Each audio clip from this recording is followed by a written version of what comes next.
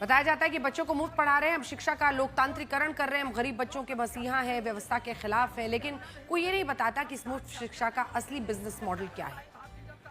YouTube पर कुछ भी मुफ्त नहीं होता। अगर आप फीस नहीं दे रहे तो इसका मतलब ये नहीं कि कोई कमाई नहीं हो रही। मतलब सिर्फ इतना है कि भुगतान का तरीका बदल गया है। पहले छात्र फीस देते थे, अब छात्र अपना समय देते हैं। पहले पैसा जेब से जाता था, अब पैसा आपके स्क्रीन टाइम से बनता है। आपका हर व्यू, हर क्लिक, हर शेयर, हर कमेंट, हर सब्सक्रिप्शन किसी ना किसी की कमाई में बदलता है। यानी इनके लिए छात्र अब विद्यार्थी कम डिजिटल संपत्ति ज्यादा बन गए हैं। और ये छात्र जब अपना समय इन YouTube टीचर्स को देते हैं तो बदले में इन्हें क्या मिलता है? कई बार इनकी पढ़ाई तो 10% भी नहीं मिलती, जो मिलती भी है उससे छात्रों को बहुत ज्यादा फायदा नहीं होता। अब सवाल यही है कि अपना इमेज बनाने के लिए आ रहे हैं, पॉपुलर होने के लिए आ रहे हैं, व्यूज बटोरने के लिए आ रहे हैं। इसके लिए ऐसे ग्रैब्स भी लगते हैं, वो जो आप YouTube पर देखते हैं ना, जिसको देखकर बच्चे क्लिक करते हैं, ऐसे ग्रैब लिखते हैं जिसे बच्चों की तैयारी से कोई लेना देना होता ही नहीं।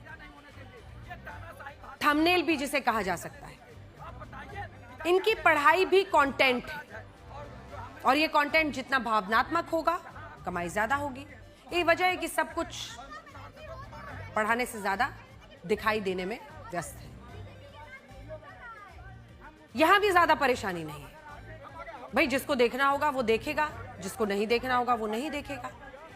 लेकिन इस बात पर तो सवाल पूछा जाएगा कि आप क्लासरूम में बैठे हैं तो आपका व्यवहार ऐसा कैसे हो सकता है?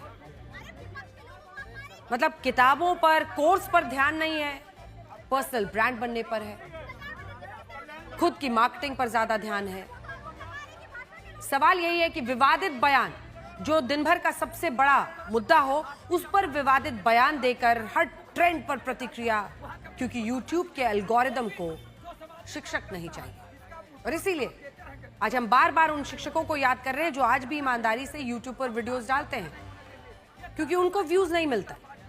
YouTube भी ऐसे इन्फ्लुएंसर्स को प्रमोट करता है, उन्हें एक्टिव इन्फ्लुएंसर्स चाहिए। और सवाल यही है कि अगर शिक्षा धीरे धीरे प्रदर्शन में बदलने लगे, अगर टीचर फटी जीन्स के साथ उछल कूद करने लगे, अगर कोई टीचर अब शब्दों का इस्तेमाल करे, कभी किसी को डांटे, कभी किसी को गाली दे, तो क्या ये हमारे बच्चों को इंस्पायर कर रहे हैं? आप एक बार जाकर इनके YouTube अकाउंट्स को चेक कीजिए जिन्हें इन्होंने मोनेटाइज किया हुआ है, आपको पता चल जाएगा। YouTube पर व्यूज के अलावा शिक्षा से जुड़े